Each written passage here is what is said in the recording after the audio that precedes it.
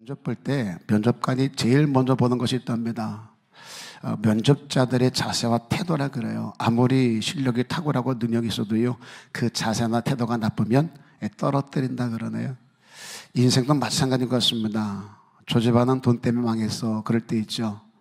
돈 많다고 좋은 거 아니야. 돈 때문에 망했어. 가난할 때는 참 행복해 보였는데 돈 벌더니 사람들이 이상해져서 망했다. 정말 그럴까요? 아니요. 돈은 중립이에요. 돈 자체는 선도 아니고 악도 아닙니다.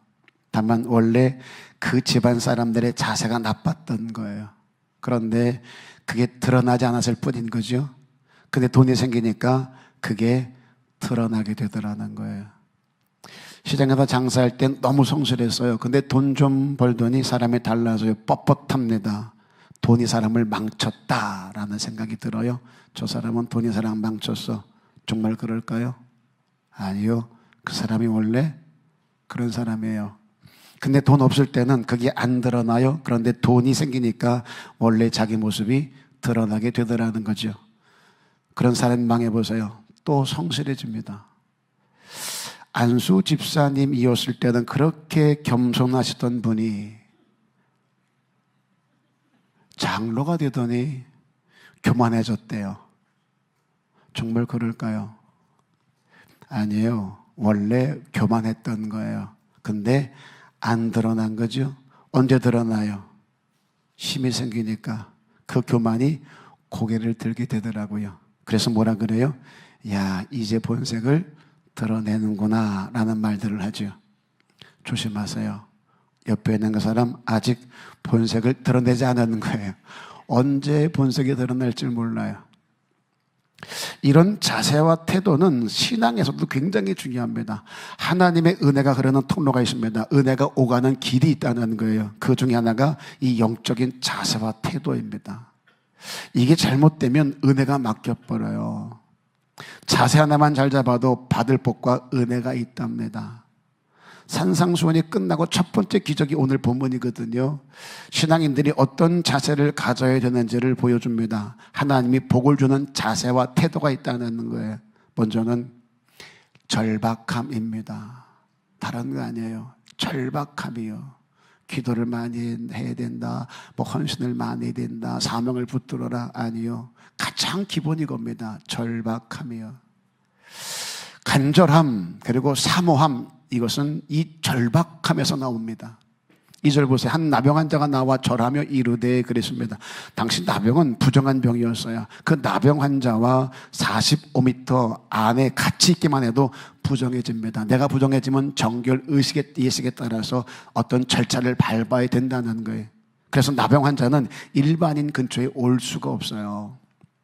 만약 이걸 어기면 율법입니다. 이걸 어기면 바로 돌을 들어서 쳐서 죽일 수도 있습니다. 그런데 수많은 무리가 있는 곳에 그런 문둥병자가 왔다는 거예요. 당시 법대로 하면 돌을 들어 쳐도 누가 뭘 할 수 없어요. 그러니까 문둥병자가 그냥 나와서 절한 게 아니라는 말이에요. 문둥병자 입장에서는 돌에 맞아 죽을 각오를 하고 나온 거예요. 이걸 절박함이라고 해요. 절박하니까 죽음을 무릅쓰고 예수님 앞으로 나올 수 있었던 거예요. 절박함은 그런 어떤 장애도 초월하는 힘이 되기도 하더라는 거지. 백부장이 그랬고 삭개오도 마찬가지고 수르보니게 여인도 마찬가지입니다. 성경에서 기적을 경험한 사람들은 전부 이랬어요. 절박함을 가지고 주 앞에 나왔습니다. 예배 끝나고 인사를 하는데 권사님 한 분이 뒤에서 머리를 잡아당기더래요. 툭툭 잡아당기더래요. 뒤로 하다가 왜 그래요? 그랬더니 술집 나가냐? 옷 좀 차분하게 입고 다녀. 그랬다는 거예요. 아마 그 권사님이 벼르다가 안 되겠다 싶으니까 말해야 되겠다. 나라도 해서 아마 했던 것 같아요. 그 다음 주에 머리 땡김을 당한 그 집사가 목사님을 찾아왔더랍니다. 교회 못 다니겠다고요. 아니, 이놈의 교회는 여하튼 시험 들면 교회가 이놈이 됩니다. 이놈의 교회는 옷도 내 맘대로 못 입는다고. 그 권사님 입장에서는 옷을 아주 희한하게 입고 다니고 여러 사람들 눈살을 찌푸리니 그 집사 때문에 예배가 안 되는 거예요. 조금 말을 해줘야 될 텐데, 조금 말을 해줘야 될 텐데 말은 못하겠고 자꾸 걸림이 되는 거예요. 또 이 집사 입장에서는 아니 옷도 마음대로 못 입게 하나? 내가 이 나이에 이런 것까지 간섭받아야 되나? 그 권사 때문에 교회를 아예 옮기고 싶은 거예요. 자, 물어봐요. 누가 옳은 거예요? 제가 물어본다고 했잖아요. 누가 옳은 거예요? 아니, 정답이 없어요. 누가 옳으냐고. 누가 옳은 것 같으세요? 서로 다른 이런 입장들이 극복이 될까요? 다 다르실 거예요. 오죽하면 땡겼을까? 아마 연상되는 사람이 있을 거예요. 나도 땡기고 싶다 하는 분들이 있을 거예요. 어떤 분들은 야, 그러니까 이런 인간이 또 있나 보구나. 이런 일을 겪은 사람이 분명히 있어요. 지나가는 말로라도 이런 비슷한 느낌을 받아서 야, 내 마음대로 하지도 못하나 이 교회에서 이런 느낌 받은 분이 있을 거예요. 그런 사람은 또 이런 생각이 듭니다. 여하튼 그런 인간들 때문에 어디 가나 그런 인간들이 있나 보다라는 생각을 하게 될 거예요. 자, 이 첨예한 서로 다른 입장이 극복이 될까요? 주님이 오신다고 극복이 될까요? 주님 제자들도 서로 높아지기 위해 싸웠다고 합니다. 이런 분들이 한 공간에서 예배가 될까요? 예배 끝나고 식당에 올라가 식사를 하는데, 식당에 내려가 식사를 하는데, 우린 내려가죠. 또 올라가는 모양이에요. 올라가 식사를 하는데 앞에 앉은 권사가 밥을 먹다가 식탁을 치더래요. 앞에다가 밥 먹는 식판 앞에 치더래요. 먹다가 쳐다보니까 누가 쫓아오냐? 그런 거예요. 아마 이 권사님 입장에서는 천천히 먹어라 아마 그런 말을 하고 싶었던 것 같습니다. 그런데 들리기는 어떻게 들렸을까요?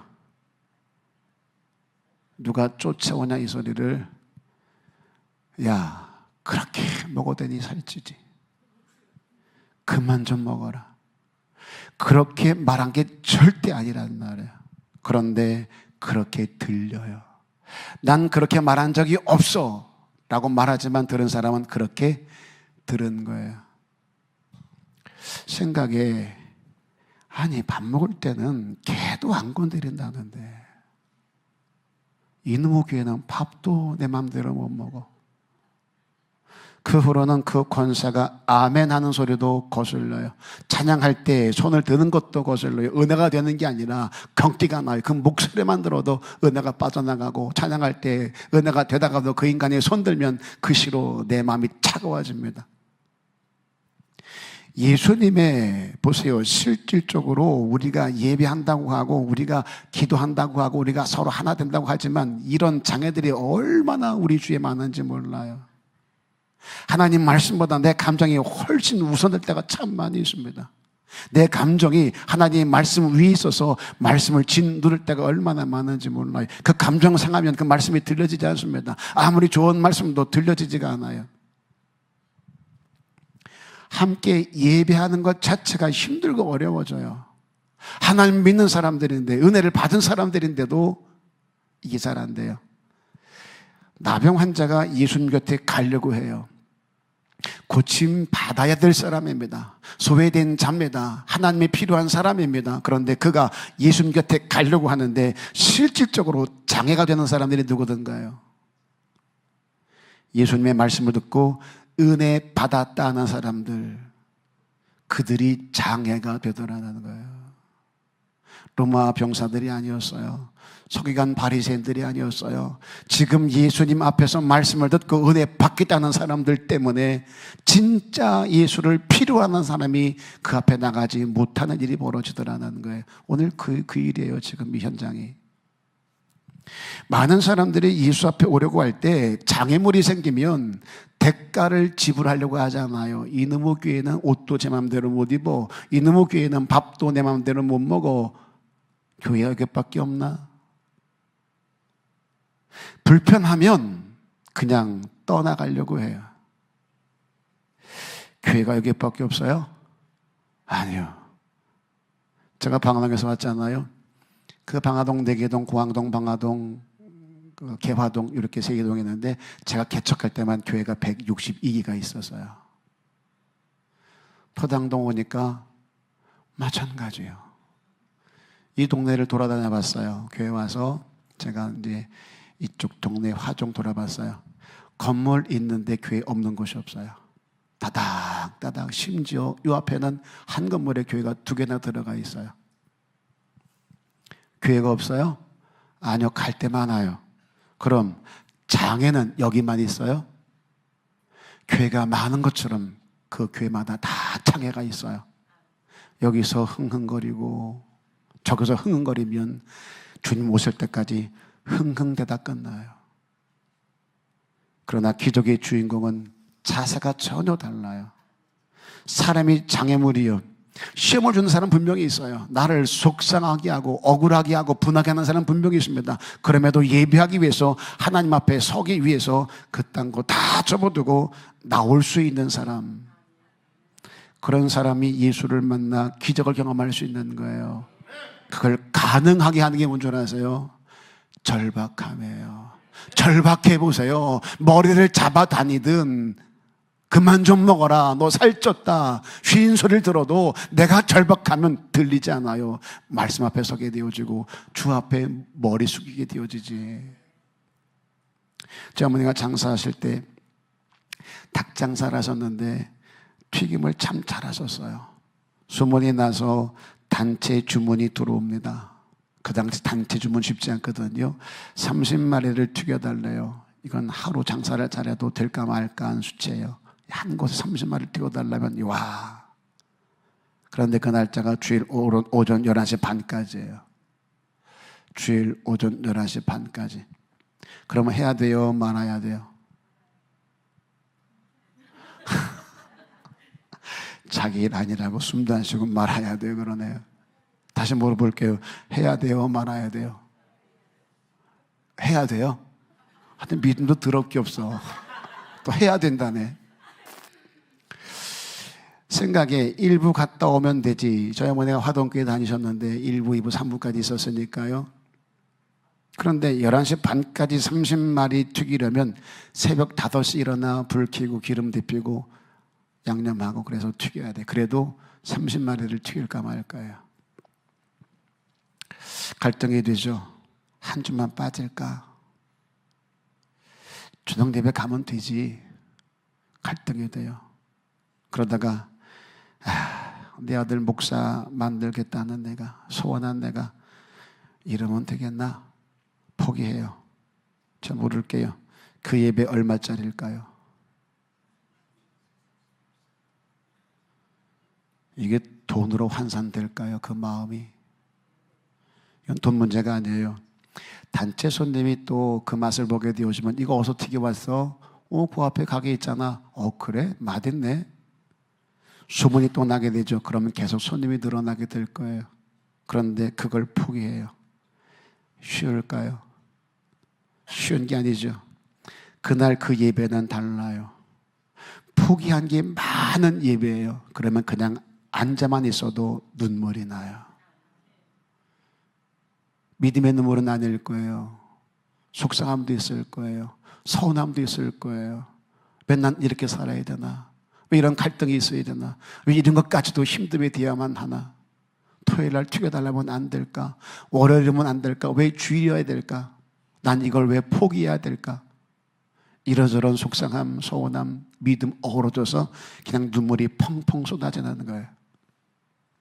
수많은 사람들이 예수님 앞에 있지만 그런 장애를 걷어내고 나온 사람들이 몇이나 될까요? 이 문둥병자에겐 그냥 나와서가 아닙니다. 생명을 걸었던 사람이에요. 다른 사람은 그냥 예수가 왔단다, 병 고친단다 그래서 왔을지 모르지만 이 사람은 그거 아니에요. 예수 아니면 안 되겠기에, 예수를 만나야겠기에, 이 절박함 때문에, 그 절박함이 나 돌 맞아 죽을지도 모르는데 그것을 알면서도 나오게 해요. 오늘 저와 여러분들에게 이런 절박함이 있냐는 거예요.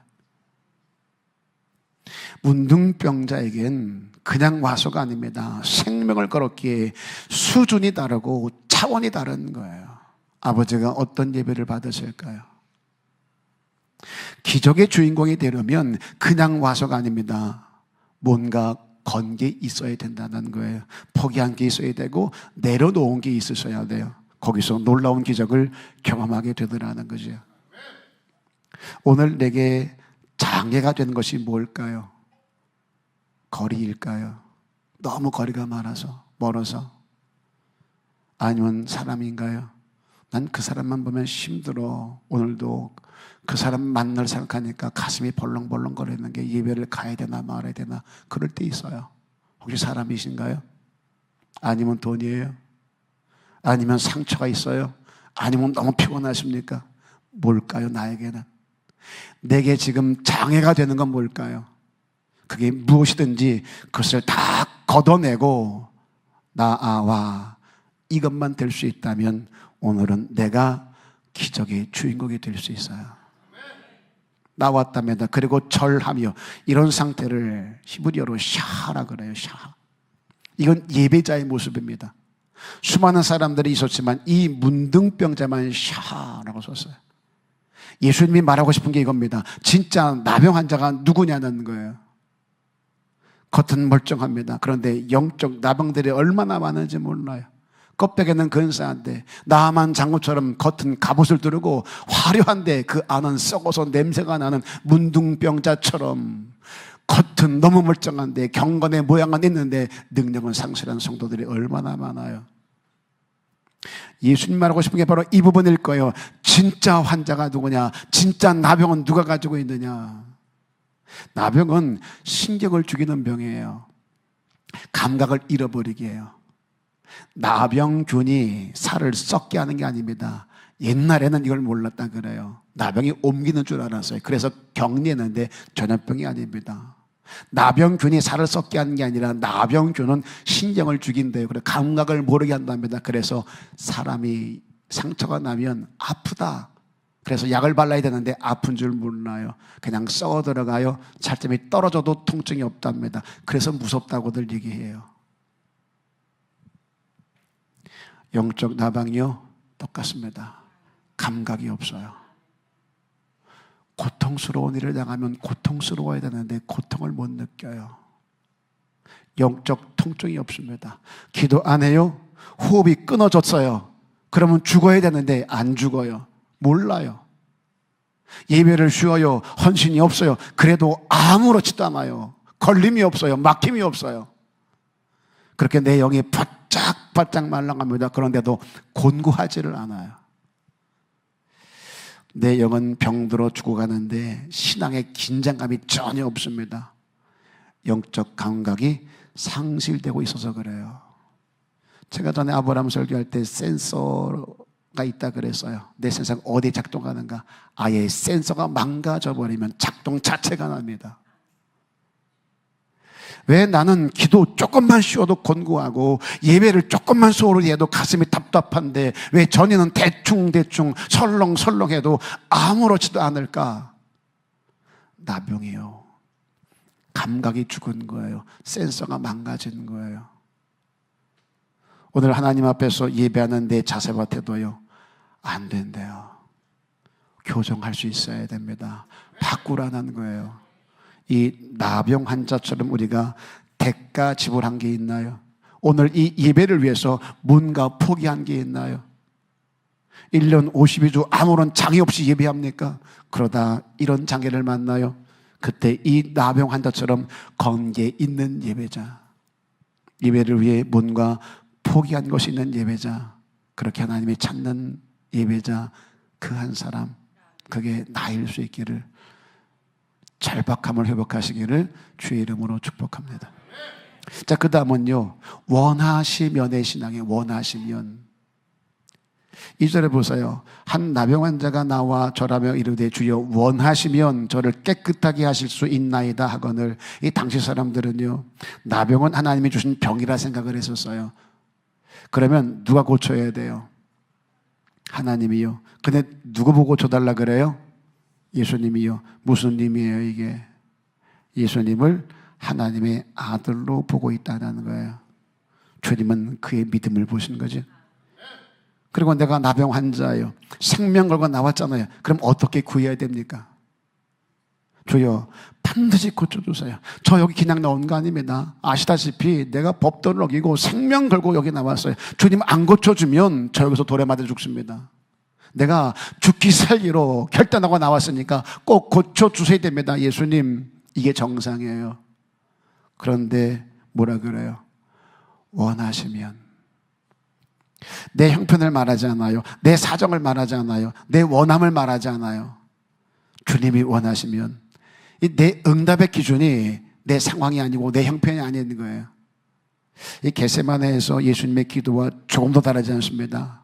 내 원대로 마시고 아버지 원대로. 지금 그 기도를 누가 해요? 사람들이 돌 들고 쳐 죽이려는 나병 환자가 그런 기도를 하고 있어요. 하나님의 벌을 받아서 저주를 받았다라고 생각하는 그 사람에게 그 기도가 나오고 있어요. 오늘 우리에게 필요한 게 이거예요.